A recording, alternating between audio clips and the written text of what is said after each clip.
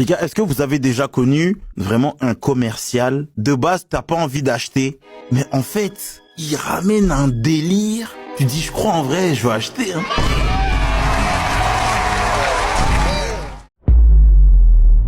Il y a quelques mois, j'étais au Sri Lanka. Et dans un simple champ de thé, une femme m'a vendu quelque chose que je voulais absolument pas acheter. Et pourtant, j'ai sorti mon portefeuille avec le sourire, avec enthousiasme, et j'étais content de payer. Ce jour-là, j'ai compris un truc. Les meilleurs vendeurs du monde, ils sont pas à Wall Street, mais peut-être au fin fond d'un village au Sri Lanka. Dans cette vidéo, je vais te raconter cette histoire improbable, et surtout, je vais te partager 3 techniques de vente que toi aussi, tu peux utiliser, que tu sois un infopreneur, un freelance ou que tu diriges une agence. Hello, moi c'est Chris, le Digital Sensei, et aujourd'hui j'ai décidé de te parler de business au travers d'une anecdote. D'ailleurs, si tu aimes les histoires business, abonne-toi, je vais probablement en raconter d'autres si cette vidéo te plaît. Du coup, il y a quelques mois, j'étais en voyage au Sri Lanka. Et après une énorme journée, notre guide nous propose de visiter une Tea Factory. Une Tea Factory, qu'est-ce que c'est concrètement? C'est une usine où on récolte, fabrique et empaquete le thé pour pouvoir le vendre soit sur place, soit via d'autres réseaux de distribution. Lorsqu'on arrive dans le Tea Factory, on rencontre une femme qui nous fait visiter l'usine avant de pouvoir nous proposer son thé. Cette femme, ça a été la meilleure vendeuse que je n'ai jamais rencontrée de ma vie. Pas d'Instagram, pas de logo, pas de tunnel de vente. En moins de 15 minutes, elle m'a vendu 2 sachets de thé énormes sans jamais me forcer la main. Ce qui m'a marqué, c'est la fluidité avec laquelle elle a su vendre le produit. Elle avait une sorte d'aisance naturelle, cette façon d'enchaîner les étapes les unes après les autres pour que ce soit à la fois très fluide, agréable et surtout pour qu'on ait envie de connaître l'étape d'après. Ce qui était ouf, finalement, c'est qu'au bout de quelques secondes, on avait l'impression de parler à une amie qui nous présentait un business familial de la manière la plus cool possible. Et là, je vais te partager les 3 techniques qu'elle a utilisées. Et crois-moi, tu peux les utiliser, que ce soit sur de la vente de formation, que ce soit sur la vente de prestations ou de la vente de produits digitaux ou non d'ailleurs. Ces techniques fonctionnent. C'est des méthodes universelles, intemporelles, et elles fonctionnent indépendamment de ton secteur d'activité ou de ton secteur géographique. Concrètement, que tu sois en face comme elle ou derrière un écran, ces techniques-là fonctionnent. Et surtout, elles touchent directement à la psychologie humaine. Donc, la première technique qu'elle a utilisée, c'est la technique du lien. Avant de me vendre quoi que ce soit, elle a commencé par me parler de moi. Elle a commencé à me parler de mon voyage, comment ça se passait. Elle a même essayé de me parler en français. Concrètement, elle m'a fait me sentir important dans cette histoire. Et ça, c'est une technique qui est utilisée par les meilleurs vendeurs du monde. Quand on prend un film comme Le Loup de Wall Street, on se rend bien compte que 100% des commerciaux qui passent des appellent des personnes et les appellent par leur prénom, leur demandent des nouvelles de leurs enfants. Et plus que de vendre à des portefeuilles sur pattes, ils essayent vraiment de vendre à des humains. Allô John, comment ça va aujourd'hui? Vous nous aviez envoyé une carte postale il y a quelques semaines où vous nous demandiez des renseignements sur des valeurs à 3 sous qui auraient un énorme potentiel, avec un taux de risque très faible. Vous voyez de quoi je parle? Oui, c'est possible, oui. Ok, super. La raison de mon appel d'aujourd'hui, John, c'est qu'une opportunité vient justement d'atterrir sur mon bureau. Et c'est peut-être la meilleure offre que j'ai vue ces 6 derniers mois.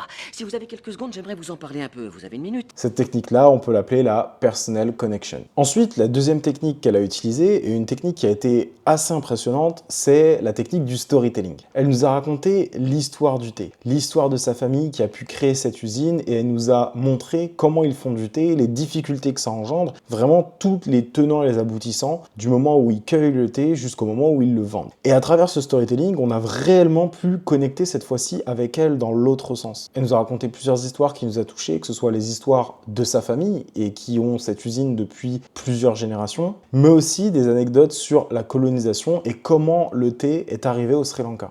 Et toutes ces histoires cumulées nous ont permis de connecter avec elle, d'avoir de l'empathie et de la sympathie pour elle. Et le storytelling a vraiment été un moment clé. D'ailleurs, si les techniques de storytelling t'intéressent, j'ai fait une vidéo où j'explique exactement comment avoir un storytelling différent de celui qu'on voit en masse sur Internet. Ensuite, la troisième technique, elle nous a fait goûter le thé sur place. Elle s'est pas contentée d'une simple dégustation rapide. Elle a pris le temps de m'expliquer ce que je goûtais. Elle a pris le temps de m'expliquer tous les processus, depuis la cueillette minutieuse des feuilles jusqu'aux effets de certains thés, que ce soit les effets médicinaux, les effets sur mon alimentation, sur mon estomac, le thé noir, le Earl Grey. Bref, elle a pris le temps de tout nous expliquer, de la cueillette jusqu'à la vente. Et l'idée pour elle, c'était pas de vendre du thé comme on pourrait vendre une paire de baskets. L'idée, c'était de nous vendre une expérience sensorielle complète, un voyage immersif dans l'univers du thé sri-lankais. Et la chose la plus intelligente qu'elle ait fait, c'est qu'elle s'est servie de l'intégralité de nos sens. Et ce, de manière très méthodique. On a d'abord touché les feuilles pour en apprécier la texture, elle nous les a fait cueillir, elle nous les a fait sentir, elle nous les a fait chiquer. L'idée pour elle, c'était de nous immerger avec l'intégralité de nos sens dans un univers bien précis. Et elle a réussi. On a pu goûter différentes infusions, différentes subtilités, comprendre pourquoi on aime plus ce thé-là plutôt qu'un autre, etc.,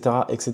Et ça a vraiment été game changer pour l'expérience globale. Et sincèrement, cette approche, elle est meilleure que n'importe quel argument, puisque finalement, elle m'a pas fait juste acheter un produit, elle m'a fait acheter des souvenirs. Et cette approche, qu'on peut appeler multisensorielle, elle va avoir un impact très très fort, parce qu'on va avoir une connexion beaucoup plus profonde avec le produit. Forcément, j'aurais acheté du thé que potentiellement j'aurais moi-même cueilli. La dernière technique qu'elle a utilisée, qui était peut-être la technique la plus subtile, c'est qu'elle nous a laissé le choix. Elle nous a clairement dit, lorsqu'on est arrivé en phase de dégustation de thé, vous n'êtes clairement pas obligé d'acheter. Vous pouvez demander, on est là pour vous conseiller. L'idée pour nous, c'est de vous faire découvrir notre thé. Et ça, finalement, c'est une technique redoutable parce qu'elle nous a retiré toute la pression pour augmenter notre envie d'acheter. Quand on élimine la sensation d'obligation, qu'on se sent pas redevable de devoir acheter, on a encore plus envie d'acheter. Ça peut paraître bête, mais c'est un peu comme tout. Lorsqu'on nous demande d'acheter quelque chose, ça peut nous couper l'envie. Là, c'est clairement l'inverse. Elle a mis les pieds dans le plat en nous disant, si vous achetez pas, c'est ok. C'est pas pour ça qu'on ouvre notre Tea Factory. Notre but, c'est clairement pas de vendre. En vérité, si, leur but, bien évidemment, c'est de vendre leur thé. Mais la manière dont ils nous vendent ce process, c'est, nous, on est là pour vous faire découvrir notre culture. Et c'est un principe de psychologie hyper puissant qui va réellement créer de l'espace pour votre client. Et finalement, ce qu'elle a mis en place, c'est un environnement propice à l'achat. À aucun moment, elle a essayé de me convaincre que c'était le moment ou jamais d'acheter son thé. Non, pas du tout. Elle m'a mis dans une posture propice à l'achat. Un environnement, une self-place. Elle a construit cet environnement brique par brique pour qu'à la fin, lorsque je mette ma carte bleue pour acheter ces 2 sachets de thé, ça me fasse plaisir. Bref, ce qui m'a marqué dans cette histoire, c'est que cette femme-là, elle a jamais appris le copywriting. Elle a jamais appris le marketing et elle sait probablement même pas ce que c'est qu'un tunnel de vente. Par contre, elle a compris quelque chose que beaucoup de vendeurs oublient. Elle avait de l'intelligence humaine et de l'intelligence émotionnelle. La vente, c'est la connexion, c'est de l'émotion, c'est de l'expérience et ça me fait penser que peut-être qu'aujourd'hui, il y a beaucoup trop de vendeurs, beaucoup trop d'entrepreneurs qui cherchent à vendre leurs produits, mais pas à vendre une expérience. Et peut-être qu'aujourd'hui, il y a beaucoup trop de commerciaux qui oublient que vendre, c'est pas juste une affaire de vendre un produit au premier venu. L'idée, c'est de connecter avec la personne, de réussir à lui donner envie d'acheter, la mettre dans un environnement propice où le oui est tellement plus facile à donner que le non. Alors oui, la meilleure vendeuse du monde, elle est peut-être pas sri-lankaise, mais la meilleure vendeuse que moi j'ai jamais rencontrée, elle est bel et bien au Sri Lanka. Et peut-être qu'on gagnerait tous à reprendre ces techniques simples, humaines, puissantes, qui finalement sont applicables sur absolument tous les marchés. Dis-moi en commentaire, toi, c'est quoi la vente qui t'a le plus choqué? La vente où tu t'es dit, waouh,